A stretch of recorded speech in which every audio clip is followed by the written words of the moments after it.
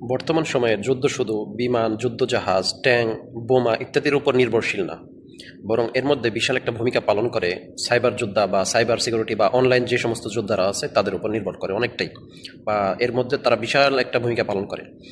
তো আমার স্ক্রিনে যে ছবিটা দেখতে পাইতেছেন এটা হচ্ছে ভারত পাকিস্তান যুদ্ধ চলাকালীন সময় ভারতের জেনারেলরা বা ভারতের বড় বড় আর্মি সেনারা যারা অনলাইনে মিটিং করতেছিল যুদ্ধ সম্পর্কে, যুদ্ধের পরিকল্পনা নিয়ে। তো এই সময় কি করেছে, পাকিস্তানের সাইবার সিকিউরিটি যারা আছে বা যোদ্ধারা যারা আছে তারা তাদের ক্যামেরাগুলো, ওয়েবসাইটগুলো হ্যাক করে তারা যে সমস্ত পরিকল্পনা করে তা আগে থেকে জেনে নেয় এবং সেটা রেকর্ড করে রাখে। তো এর ফলাফল কি হয়েছে?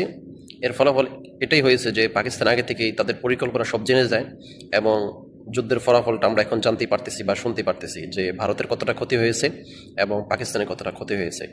তো আমাদের বাংলাদেশের উচিত হবে ভালো ভালো বিমান, যুদ্ধজাহাজ এগুলো কেনার সাথে সাথে কিভাবে আমরা সাইবার সিকিউরিটিতে বা সাইবার যুদ্ধতে এগিয়ে যেতে পারি বা আমাদের দেশকে কিভাবে সাইবার সিকিউরিটি থেকে রক্ষা করা যায় সেদিকে মনোযোগ দেওয়া।